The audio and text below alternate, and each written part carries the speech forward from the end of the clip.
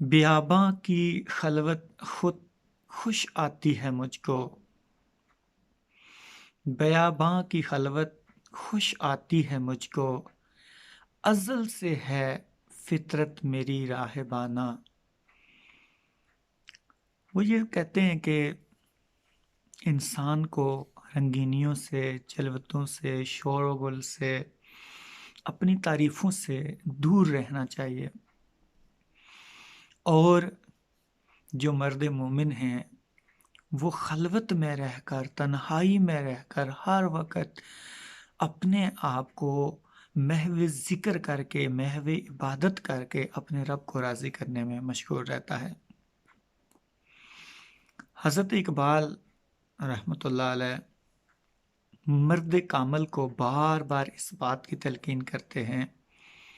کہ تو شاہین کے اوصاف اور عادات اپنا لے۔ اس پرندے میں جو خودداری پائی جاتی ہے، جو یہ پرندہ غیرت مند ہے، جو خلوت پسند ہے، بلند پرواز ہے اس کی، اور جو اس کی دور بینی ہے، اس کو اپنایا جائے۔ مرد مومن اس کو اپنائے۔ شاہین جو ہے یہ کبھی رکتا نہیں ہے، رکنا اس کے لیے موت ہوتی ہے، اور یہ وہ واحد پرندہ ہے جو حرکت کو اپنی زندگی سمجھتا ہے۔ اس طرح جو مرد مومن ہے اس کو بھی حرکت میں برکت کا تصور جو ہے وہ اپنانا چاہیے، اور مسلسل جد و جہد کر کے زندگی میں جو چھپے راز ہیں ان کو تلاش کرنا چاہیے۔ اور مسلمانوں کو چاہیے کہ وہ ہاتھوں پہ ہاتھ رکھ کے دوسروں پہ انحصار نہ کریں، بلکہ محنت کریں، مسلسل جد و جہد کر کے زندگی کے اس چھپے راز کو تلاش کریں۔ اور حضرت اقبال ملت اسلامیہ کو بیدار کرنے کے لیے اس مرد مومن کے لیے یہ فرماتے ہیں، تو شاہی ہے پرواز ہے کام تیرا، تو شاہی ہے پرواز ہے کام تیرا، تیرے سامنے آسماں اور بھی ہیں۔ حضرت اقبال کا جو شاہین ہے یہ مرد مومن کی علامت ہے۔ وہ دنیا میں عیش و عشرت کرنے اور لذت طلبی کے لیے نہیں آیا، نہ وہ کسی محل میں زندگی گزارنے کے لیے آیا ہے، بلکہ وہ تیز و تند تکلیفوں، مصیبتوں، آزمائشوں اور امتحانوں کا مقابلہ کرنے کے لیے آیا ہے۔ وہ ہر پریشانی کو ڈٹ کر مقابلہ کرنے کے لیے ہمیشہ تیار رہتا ہے۔ اور حضرت اقبال فرماتے ہیں، نہیں تیرا نشے من قصر سلطانی کی گنبد پر، تو ریشم کے بستروں پہ سونے کی تمنائیں کیوں کرتا ہے؟ تجھے تو کانٹوں پہ اپنی زندگی بسر کرنی ہے، اور کانٹوں پر زندگی بسر کرتے ہوئے ایک لمحے کے لیے بھی اللہ کی یاد سے غافل نہیں ہونا۔ نہیں تیرا نشے من قصر سلطانی کے گنبد پر، تو شاہی ہے بسیرا کر پہاڑوں کی چٹانوں پر۔ اور پھر حضرت اقبال کہتے ہیں کہ حلال رزق ہمیشہ اللہ تعالی ہمیں نصیب کرے۔ اور آج ہم جو دیکھ رہے ہیں کہ ہر طرف جو کوتاہیاں ہمیں نظر آتی ہیں کہ ہم حلال اور حرام میں تمیز بھی چھوڑ دیتے ہیں، تو کہتے ہیں کہ اے طائر لاہوتی اس رزق سے موت اچھی، اے طائر لاہوتی اس رزق سے موت اچھی، جس رزق سے آتی ہے پرواز میں کوتاہی۔ ابھی میں جو تھوڑی سی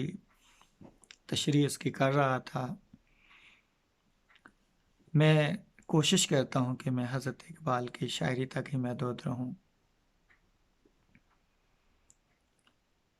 حضرت اقبال فرماتے ہیں کہ دیکھیں ہم بھی اس دنیا میں رہتے ہیں، نیک لوگ بھی اس دنیا میں رہتے ہیں، مصنف بھی اسی دنیا میں، اور گنہگار بھی لوگ اسی دنیا میں رہتے ہیں۔ وہ تشبیہ دے کے کہتے ہیں کہ پرواز ہے دونوں کی اس ایک فضا میں، پرواز ہے دونوں کی اس ایک فضا میں، کرگس کا جہاں اور ہے شاہی کا جہاں اور۔ ہمیں اپنے مقصد کو پہچاننا ہے کہ ہم دوسروں کے مرے ہوئے مردار کھانے کے لیے تیار ہیں یا پھر اپنا شکار کر کے رزق حلال کما کے ہم نے کھانا ہے۔ ہم حرام کے ٹکڑوں پہ پلنے پہ عادی ہو گئے ہیں، ہونا ہے اپنے آپ کو اس پہ راضی کرنا ہے، یا ہمیں مرد مومن کی زندگی بسر کرنی ہے، یتیموں کا مال کھانا ہے، لوگوں کی زکوٰۃ تک ہڑپ کر جانی ہے، یا پھر ہمیں خوف خدا سامنے رکھتے ہوئے صرف رزق حلال پر ہی ہم نے قناعت کرنی ہے، کسب حلال کو ہی اپنی زندگی کا مقصد بنانا ہے۔ کہتے ہیں کہ گھر تو ہے ہواگیر، گھر تو ہے ہواگیر تو ہوں میں بھی ہواگیر، گھر تو ہے ہواگیر تو میں بھی ہوں ہواگیر، آزاد اگر تو ہے نہیں میں بھی گرفتار۔ تو اگر آزاد ہے تو پھر میں بھی گرفتار نہیں ہوں۔ انسان کو چاہیے، مرد مومن کو چاہیے، مرد کامل کو چاہیے کہ وہ اپنی حدوں کو پہچانے، اپنی صلاحیتوں کو پرکھے، اور پھر زندگی کے ہر معاملے میں جو کامیابی ہوگی وہ اس کی زندگی کا مقدر بن جائے گی، اور اس کا واحد ذریعہ کامیاب ہونے کا جو ہے وہ یہ ہے، قرآن میں ہو غوطۂ زن اے مرد مسلمہ، قرآن میں ہو غوطۂ زن اے مرد مسلمہ، اللہ کرے تجھ کو عطا جدت کردار، اللہ کرے تجھ کو جدت کردار۔ مٹ جائے گا گناہوں کا تصور ہی جہاں سے اقبال، مٹ جائے گا گناہوں کا تصور ہی جہاں سے اقبال، اگر یقین ہو جائے کہ خدا دیکھ رہا ہے۔ ہماری زندگیاں بدل جائیں اگر ہمیں یہ یقین ہو جائے کہ ہمارے ہر عمل کو اللہ تعالیٰ کی ذات جو ہے وہ دیکھ رہی ہے۔ اور بہت ہی خوبصورت شعر کہتے ہیں کہ نگاہ وہ نہیں ہے جو سرخ و زرد پہچانے، نگاہ وہ نہیں ہے جو سرخ و زرد پہچانے، نگاہ وہ ہے، اور مرد مومن کی اور مرد کامل کی نگاہ وہ ہے کہ محتاج مہر و ماں نہیں۔ اور آج ہم جو مغرب کے چرچے کرتے ہیں، ترقی کے گن گناتے ہیں، ذرا دیکھیں حضرت اقبال کیا کہتے ہیں، فرنگ سے بہت آگے ہے منزل مومن، فرنگ سے بہت آگے ہے منزل مومن،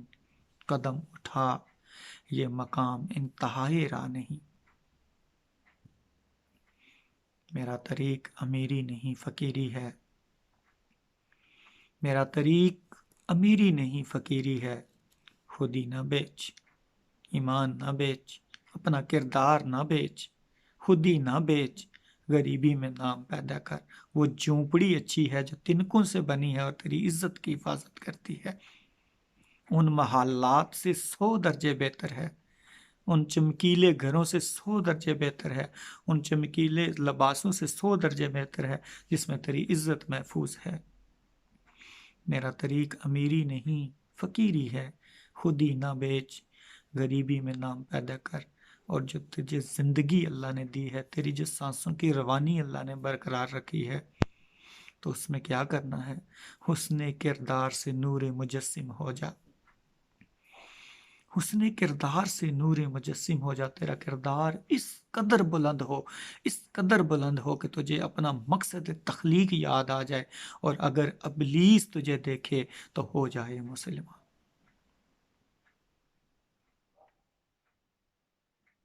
اور میں اس شعر پہ اختتام کروں گا جو آج کی گفتگو کا خلاصہ ہے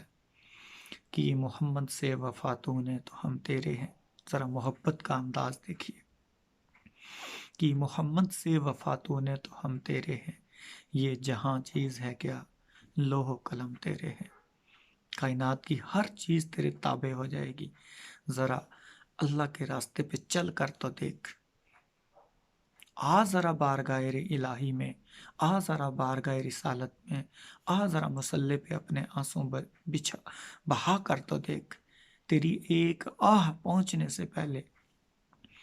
تیری ایک نرم دل آواز، تیری ایک سچی توبہ کرنے سے پہلے، تیرا ایک آنسو مسلے پر گرنے سے پہلے اللہ پاک تیری بخشش کر دے گا کہ محمد سے وفا تو نے تو ہم تیرے ہیں، یہ جہاں چیز ہے کیا، لوح و قلم تیرے ہیں، عرش کرسی تیرا ہے،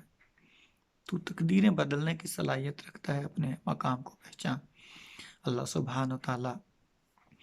ہم نے جو تمام یہ افکار، تمام جو پیغامات ہیں، اللہ ہمیں ان پر عمل کرنے کی توفیق عطا فرمائے، تمام امت مسلمہ کو متحد ہونے کی توفیق عطا فرمائے، اور اس وقت جو مسلمان تنزلی کا شکار ہیں، مصائب کا شکار ہیں، تکلیفوں کا سامنا ہے، اللہ ان تمام مصائب سے تمام مسلمانوں کو آسانی پیدا فرمائے اور تمام مسلمانوں کو آزادی کی نعمت سے مالا مال فرمائے۔ اللہ سبحانہ و تعالی ہمارے رزق حلال میں برکتیں عطا فرمائے، ہماری اولادوں کو ہمارا فرما بردار بنائے، اور ان کو قرآن کو اور علم دین کو، شریعت کو سمجھنے اور اس پر عمل کرنے کی توفیق عطا فرمائے۔ وآخر دعوانا ان الحمد للہ رب العالمین۔ السلام علیکم ورحمۃ اللہ وبرکاتہ۔